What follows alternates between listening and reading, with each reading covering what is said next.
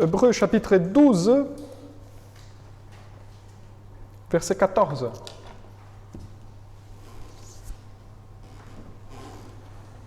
Ça va?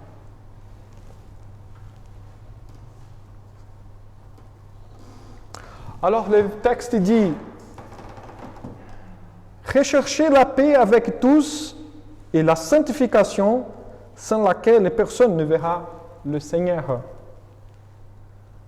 Je vous invite à la prière.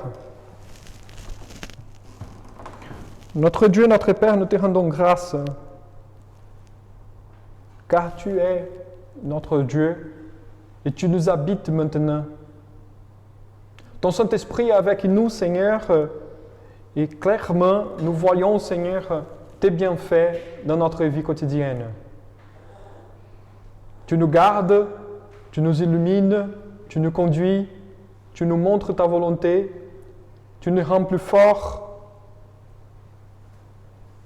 Et nous te remercions, car tous ces dons, toutes ces bénédictions viennent du fait que tu as rétabli ton alliance par Jésus-Christ notre Seigneur. Aujourd'hui, Seigneur, nous sommes en train de nous souvenir, Seigneur, de la Pentecôte, de la venue de ton Saint-Esprit. Et c'est au ministère du Saint-Esprit que nous te demandons humblement maintenant, Seigneur, de nous illuminer, car c'est justement son ministère maintenant.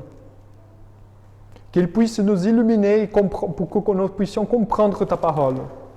Donne-nous, Seigneur, la clarté pour bien comprendre et pour la mettre en pratique dans notre vie quotidienne. C'est au nom de Jésus, notre Seigneur et Sauveur, que nous prions. Amen. Alors, mes frères et sœurs, probablement le texte que nous venons de lire, c'est, comme je vous avais dit tout à l'heure, c'est l'un des plus connus de toute la lettre aux Hébreux. Chercher la paix avec tous et la sanctification sans laquelle personne ne verra le Seigneur. En conséquence, le fait d'être très connu ce texte, il nous demande un peu plus de temps à le comprendre. Surtout parce qu'il porte un message direct sur le comportement chrétien dans le monde et sa relation avec Dieu. Selon notre série de prédications que nous sommes en train de faire, vivre la foi chrétienne dans un monde pervers, les textes de ce matin nous donnent deux autres éléments importants de comment vivre dans ce monde pervers. Car en tant que chrétiens, nous sommes toujours tiraillés entre notre nouvelle nature sainte et notre vieille nature charnelle.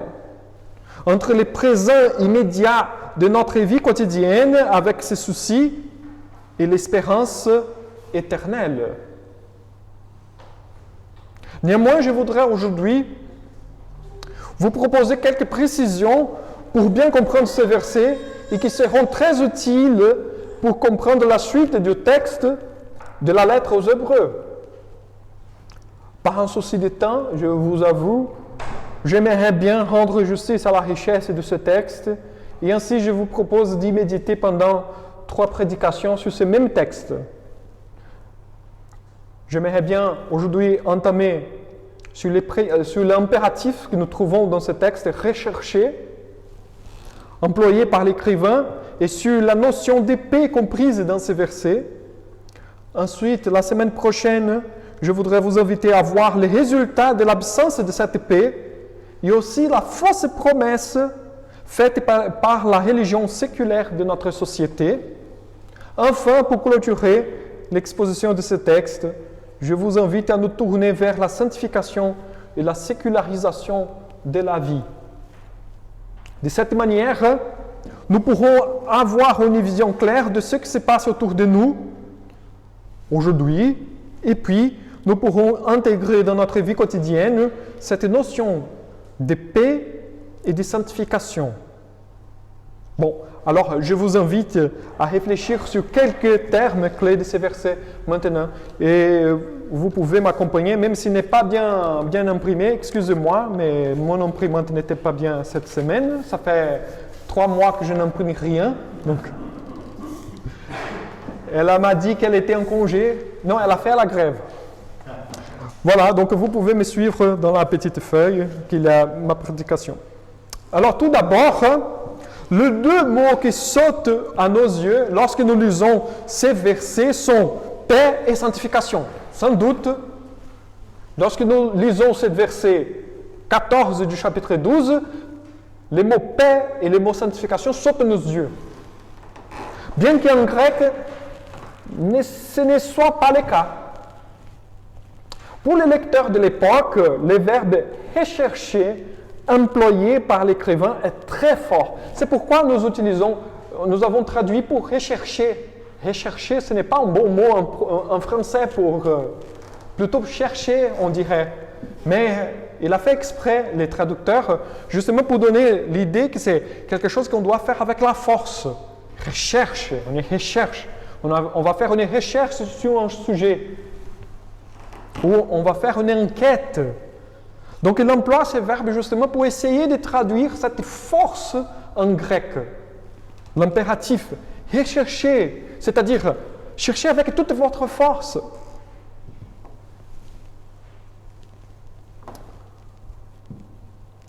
En effet, le sujet le plus important de ce texte est clairement cet impératif, à savoir rechercher avec force la paix et la sanctification. Là, c'est la chose la plus importante du texte. L'écrivain aux Hébreux veut encourager ses lecteurs, et nous aujourd'hui, bien sûr, à faire tous les efforts afin de procurer cette paix et cette sanctification. C'est-à-dire employer tous les moyens disponibles pour avoir cette paix et cette sanctification. Vous voyez que la chose, elle est importante. Vraiment, elle est importante. En outre, c'est le verbe rechercher, cet impératif rechercher, qui nous donne l'aspect pratique de ces versets aussi. Car il montre un mode d'être, c'est-à-dire d'être toujours à la recherche de cette paix et de cette sanctification. C'est-à-dire, le chrétien est celui qui n'arrête jamais de rechercher cette paix et cette sanctification. Dans toute sa vie, il ne peut pas s'arrêter. Il doit constamment chercher cette paix et cette sanctification. Donc c'est un mode d'être de vie.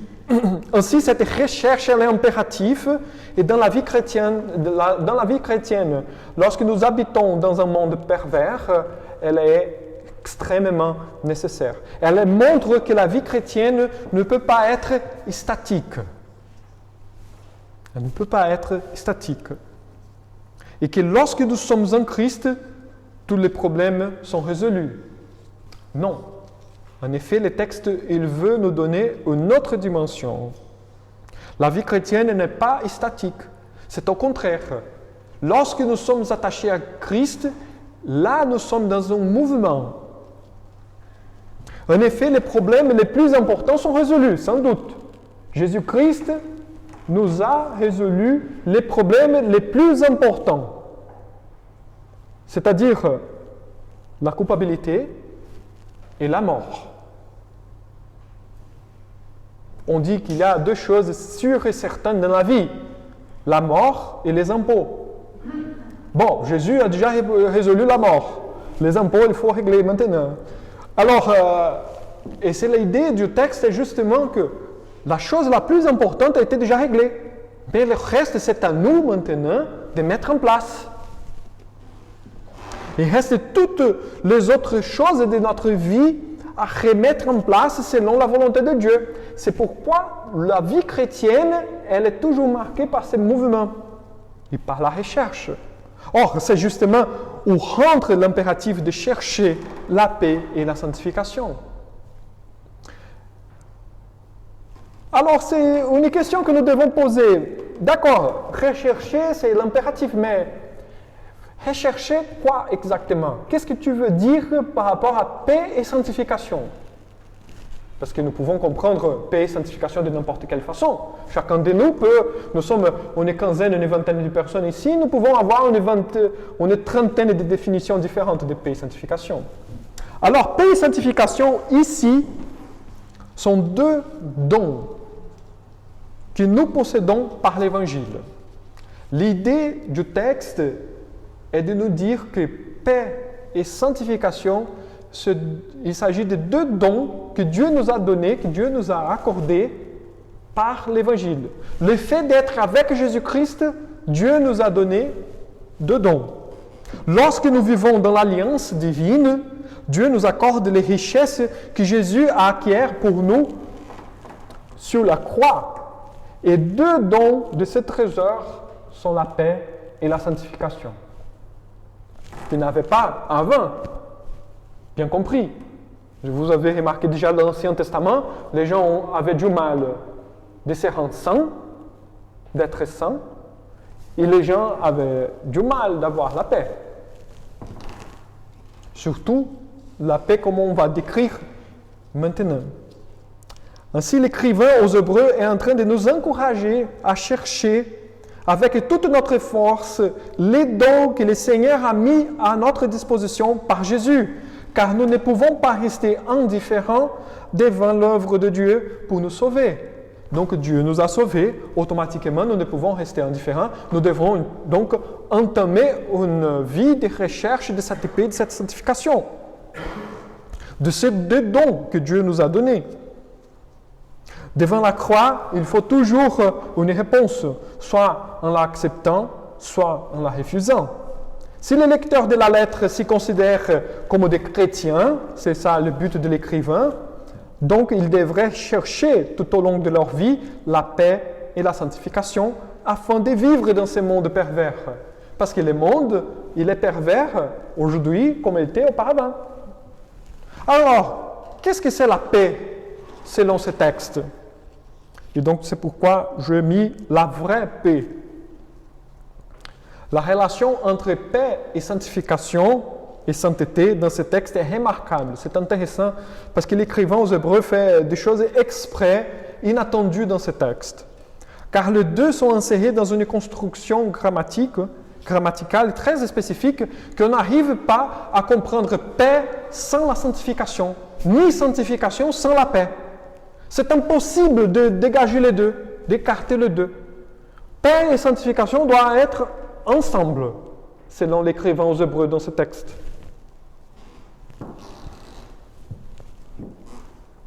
La paix mentionnée n'est pas une simple harmonie dans les relations interpersonnelles. La paix ici, ce n'est pas simplement une harmonie. L'absence du conflit. Par exemple, je suis très ami de quelqu'un, on est des copains, et donc nous sommes en paix. Et non, l'idée, ce n'est pas cela. Dans ce contexte, la paix est une réalité objective, issue de l'accomplissement de la mort sacrificielle de Jésus-Christ sur la croix. Il s'agit d'un don spirituel qui marque le salut promis. Normalement, on dit il faut chercher les dons de le Saint-Esprit. Et un don très oublié, c'est justement le don de la paix. Nous avons la paix avec Dieu. C'est cette paix qui intéresse l'écrivain aux Hébreux. La paix non entre nous simplement, mais la paix avec Dieu tout d'abord. Comme dit Paul au Romains chapitre 5 verset 1, « Étant donc justifiés par la foi, nous avons la paix avec Dieu par notre Seigneur Jésus-Christ. » Voici la paix la plus importante, la paix avec Dieu, c'est-à-dire une relation rétablie. C'est là est la paix qui intéresse aux écrivains aux Hébreux. C'est cette paix que nous devons chercher. Chercher toujours à avoir une bonne relation avec Dieu. Comment j'arrive à avoir une bonne relation avec Dieu? Par la foi, car nous sommes justifiés par la foi. C'est justement lorsque nous grandissons dans la foi que nous retrouvons une paix avec Dieu. C'est justement vivre une bonne relation avec Dieu, car la relation a été rétablie par les sacrifices de Jésus-Christ. Or, notre situation était illimitée. Et en conséquence, la colère de Dieu était sur nous. On était des ennemis de Dieu. Jésus il est venu nous chercher, rétablir la paix entre deux personnes qui n'étaient pas bien. Dieu dans un côté et nous dans l'autre. On méritait qu'il y ait la haine, qu'il y ait la colère. C'est pourquoi le texte biblique va même appeler les gens en tant qu'enfants de la colère. Nous étions tous, et là c'est rentre une question très importante par rapport à cette paix. Pourquoi? Mais il s'agit de quelque chose que nous avons déjà. Pas du tout. C'est quelque chose de très compliqué à avoir. La paix, cette paix ici, c'est très compliqué. Pourquoi? Parce que nous étions tous des adhérents d'une fausse religion centrée sur nous-mêmes. Une religion séculaire, une religion laïque, une religion païenne. C'est là est la question. On était tous des adhérents. Mais je suis né chrétien. Et non. Et non. On était tous des adhérents d'une religion païenne. Car nous pensions comme si tout était centré sur nous. Et quand nous sommes convertis à Christ, même si nous sommes en Christ encore, nous apportons encore de cette ancienne religion païenne dans notre vie quotidienne d'aujourd'hui. Un exemple très simple, comme pour nous est difficile les mots de l'Évangile. Aimer les autres, aimer Dieu sur toutes les choses. Comme c'est compliqué pour nous. D'abord, on n'arrive pas à mettre en pratique. Et deuxièmement, on donne des justificatifs en disant c'est un idéal, c'est une utopie, on nous donne des excuses pour ne pas le faire.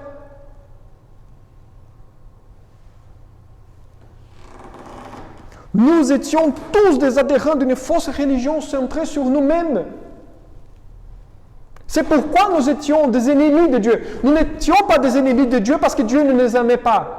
Nous étions des ennemis de Dieu car, d'une façon, on faisait à exprès vivre éloigné de Dieu. Ah, mais les gens sont gentils. Oui, les gens sont gentils. Où sont-ils maintenant? Nous avons quinzaine de personnes ici. Tous les êtres humains étaient créés pour rendre culte à Dieu. Il fallait que toutes les personnes de cette ville de Marseille devraient être là aujourd'hui. Pourquoi? Parce que nous sommes tous des êtres humains, tous créés selon l'image de Dieu, tous créés pour Dieu, pour rendre culte à Dieu seulement. Et non. Et nous ne rendons pas culte à Dieu. Vous voyez? Comme le paganisme, il est très répandu dans notre société. La fausse religion séculaire, elle est là, elle est mise en place. Nous n'avons pas la paix avec Dieu. L'être humain n'a pas la paix avec Dieu. Pas du tout. C'est pourquoi l'apôtre, l'écrivain aux Hébreux dit « J'ai cherché la paix avec Dieu sans arrêt. » Car dans votre cœur, il reste encore de la fausse religion que vous devez vous débarrasser. Et cette fausse religion vous empêche de jouir une bonne vie avec votre Dieu.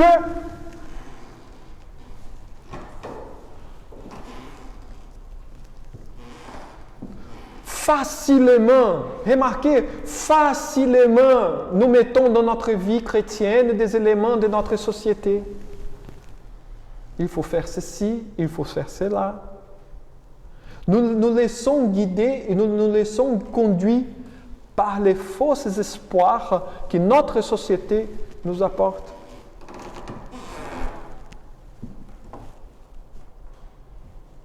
En Jésus-Christ, nous sommes reliés à Dieu pour vivre pour la gloire de notre Rédempteur qui nous délivre d'une vie de fausseté et de tromperie. C'est ça et le grand message de Jésus-Christ. Je vous donne par exemple un exemple. Comment on prêche l'évangile?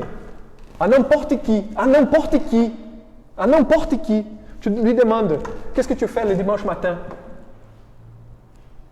Ah, je dors. Pourquoi tu ne vas pas au culte? Si tu as été créé pour rendre culte à Dieu.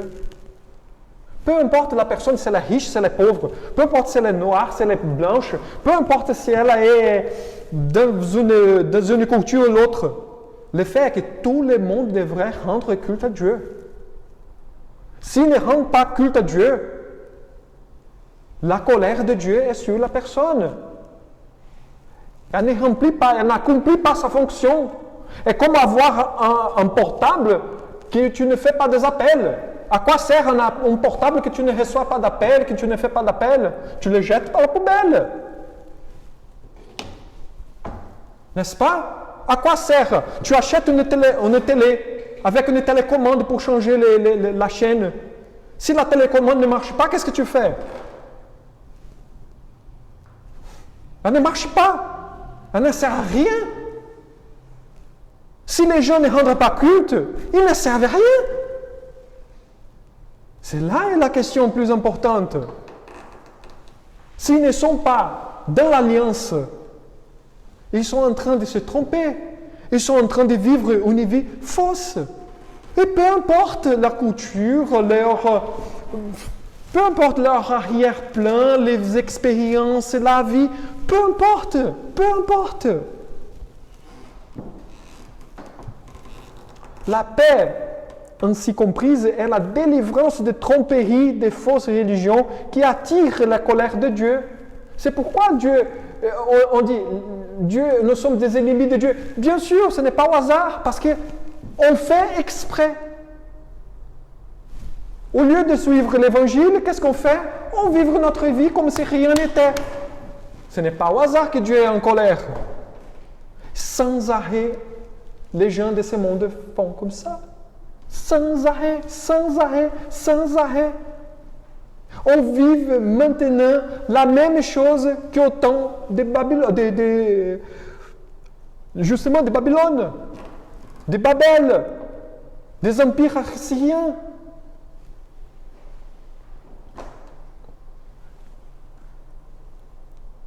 Cette paix que nous avons avec Dieu rejaillit sur nos relations en tant que communauté de l'Alliance.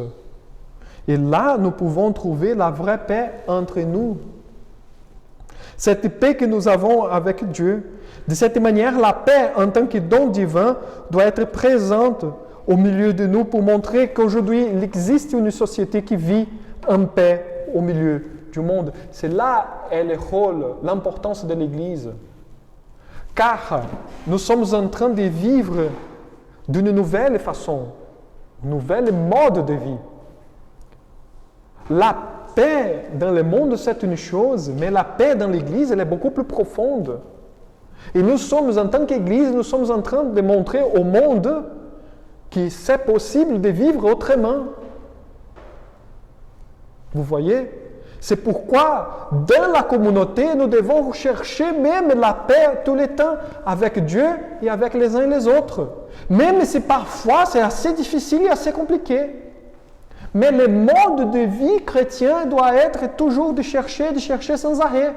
C'est justement parce que l'écrivain aux Hébreux, il dit « rechercher la paix », c'est justement parce qu'il n'était pas en paix.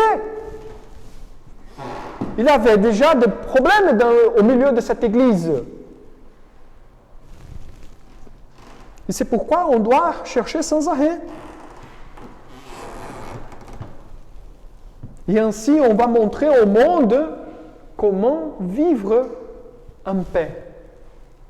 En paix avec Dieu et en paix avec les uns et les autres. Car vivre en paix, là je vous souligne très fortement, je voudrais signaler, être en paix vraiment n'est que possible par la paix avec Dieu d'abord. Essayer d'avoir la paix sans Dieu est tromperie.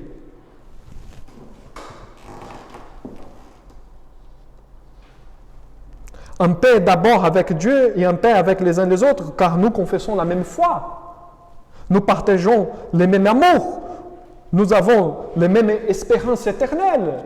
Nous sommes tous habités par l'Esprit de Dieu. Alors le monde essaye de copier la paix. C'est intéressant cela. Le monde essaye de copier la paix. Mais il n'est pas possible de la copier, car elle dépend de Jésus, comme lui-même nous a promis. Je vous laisse la paix. Je vous donne ma paix. Je ne vous donne pas comme le monde donne. Que votre cœur ne se trouble point et ne s'alarme point. Jean 14, verset 27. La paix du monde a un prix que tout un chacun doit payer. La paix du Christ est donnée. Vous voyez, la paix du Christ, elle est gratuite. Elle est donnée. La paix du monde, il faut l'acquérir. Jésus lui-même, il a payé pour cette paix pour nous. C'est pourquoi il peut la donner. La paix du monde est un ordre de l'extérieur vers l'intérieur. La paix de Christ vient de l'intérieur vers l'extérieur. La paix de Christ n'est pas comme les bouddhistes qui vont faire une méditation pour chercher cette paix dans une harmonie avec l'univers. Non, cette paix est déjà là dans notre cœur lorsque nous sommes attachés avec Jésus-Christ. Quand nous disons chercher la paix, c'est de la mettre en pratique dans notre vie quotidienne, parce qu'elle est déjà là. Le monde essaye de la copier, mais il n'arrive jamais, car la paix du monde est toujours imposée. La paix du monde est la Pax Romana, la paix romaine, imposée par la force d'une armée, d'une puissance. Nous voyons très clairement, par exemple ici en Europe, maintenant, cette période que nous sommes en train de vivre maintenant, c'est le moment le plus grand dans l'histoire européenne que nous avons plus de paix. La période la plus tranquille dans l'histoire européenne, c'est ce moment maintenant que nous sommes en train de vivre. Il n'y a pas beaucoup de guerres. Pourquoi ? Justement parce que nous avons une puissance qui impose cette paix maintenant. C'est justement un truc qu'on appelle l'Union européenne. Organisation des Nations Unies. Justement pour qu'on se garde les uns les autres en paix. Mais toujours, si vous voyez, est toujours imposé. Ne vient pas du cœur de chacun. Justement, c'est des mesures qu'on prend pour assurer qu'il n'y aura pas de guerre. Le monde essaye de copier la paix. Mais la vraie paix ne se trouve qu'en Jésus-Christ. Une paix fausse, vendue par un beau discours d'unité et de solidarité, mais qu'il est vide à son intérieur. La paix du monde est la paix promise par la religion séculaire, qui est toujours acquise par les œuvres. Il faut faire toujours quelque chose par les efforts personnels dans une construction qui s'impose.